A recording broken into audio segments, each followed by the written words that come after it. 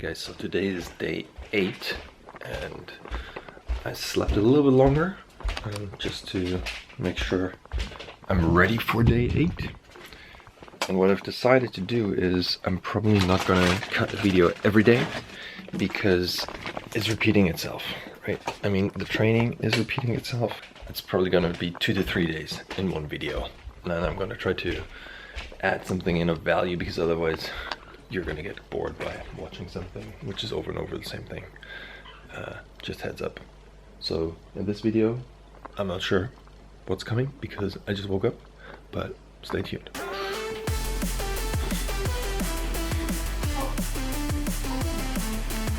Good morning, folks. So today is day 9 and I thought I'll do something different because I wanted to show you, instead of my training, something which you might be benefiting from, and that is alternatives to the exercise. And for today I wanted to discuss push-ups. I'll show you a couple of variations of what you can do in terms of push-ups, alright? First of all, you can do push-ups on your knees, alright? So knees are shoulder width apart. You walk to the front, and now the important thing is when you see from the side that your hip is not above your knees, because if you then do the push-up, you can see there's no pressure on my chest. So I need to walk to the front, and then I basically let my body fall forward and catch myself with my hands and push myself back up, okay? Ideally, if you can, you want to go as low as your the upper arm is then parallel to the floor. So here, that would be enough to count as a push-up. You could go lower, right? But then the pressure in your shoulder joint becomes more prominent. So obviously the next step would be you go into a full push-up, right? Like straight, engage your core, same thing here. Going down, upper body parallel, the upper arm parallel to the floor, and push yourself back up. I'll show you a couple of things which could go wrong. So if you're in a push-up and you go down and something like this happens, so your core is sort of swinging with it, like, you know, you're sort of swinging like this, then you know obviously you're doing something wrong. What you want to do, and also another thing is, you might be strong in your core, but then this happens. Your head bunks down all the time, right? You don't want that either. So what you want is that your back and head and everything is in one straight line, and really engage your core, your abs, your bum, your legs. Everything's really tight, and it's just your arms which are working, literally, like moving. I mean, it's not like nothing else is working. Straight, and you're using your arms going down. Everything stays straight and strong, and pushing yourself back up. Okay, so you have to be really engaged and strong.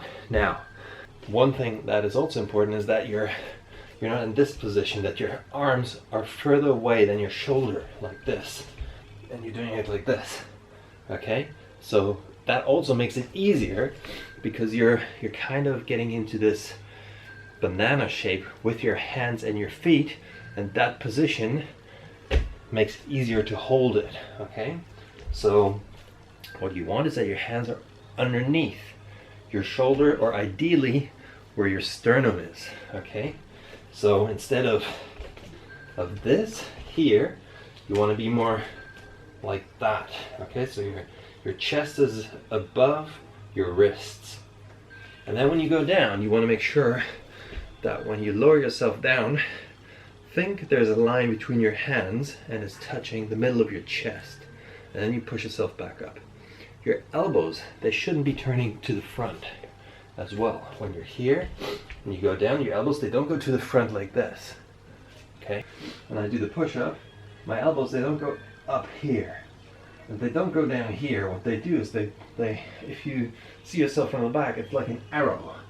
So your elbows, they're like in a 45-degree angle to your body, and then your body and your arms, they look from the back like an arrow pointing up. So another thing I want to mention, we started off by having our hands quite wide apart, so we call this wide grip push-up, meaning they're anything like 1.5 times your shoulder width on the floor. Okay, this is probably the easiest way because your chest, in terms of your pecs, are really engaged in that motion. They're the main muscle really working. The closer we take our arms together, let's say shoulder width apart, the more your triceps will be engaged, okay? Now this time around, your elbows, like I said at the beginning, your elbows are pointing 45 degrees to the outside. When you do a close grip, your elbows are going to be very, very close towards your waist, and then you push yourself back up. This is much harder because the strain on your triceps is much higher when you get closer. And then the even harder bit is when you close your hands like a diamond push-up, okay? So you put your hands close together into like a diamond shape, that's why it's called diamond push-up. And then you go down and you push yourself back up, okay? So the closer you put your hands together, the harder this whole thing gets. Okay, so another thing you can use are push-up bars. The reason why we use this is to take pressure off our wrist. Let's say you're a beginner and you're just starting, then even a little volume of push-ups can put a strain on your wrists. But then other people just have wrist problems in general. So if you think about it, if you hold your hand like this and you open your hand basically in a line of your lower arm, that's the neutral position, because if you stand, your hand is in that position, okay? So you're not walking around like this. And that's why it's an unnatural position for you to be in. That's the first thing. The second thing is you're putting pressure into an unnatural position. Not saying that that's a bad thing, but if you are not used to it, then it becomes a bad thing and you get sort of an injury, or not like an injury, like a bad injury, but a pain maybe or something. So to avoid that, what you can do is you can use the push-up handle. And if you see from the side, my wrist basically stays in line, okay? So if I stand, my wrist is in neutral position, I go down and I hold it, my wrist doesn't go to the side like that, okay? If you can see this, when I try to push it here.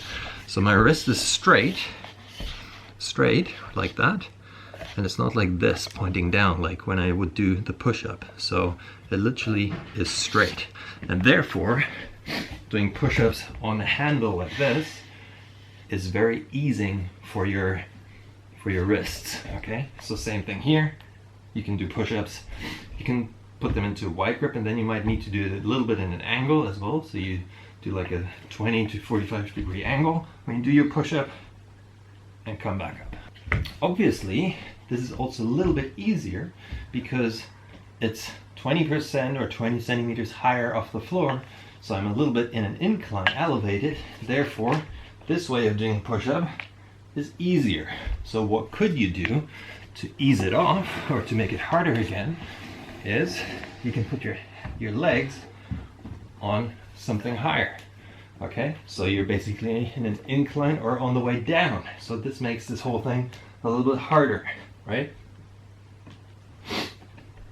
So all in all, there will be ways of doing push-ups to make it suitable for you. So now you know that there are many ways of doing push-ups, either with handlebars, why you should be using handlebars, how you can modify them to make them easier or harder for yourself.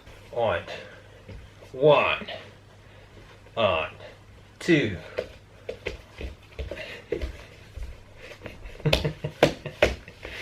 There you go, that's Liegestütz. Very good, very good.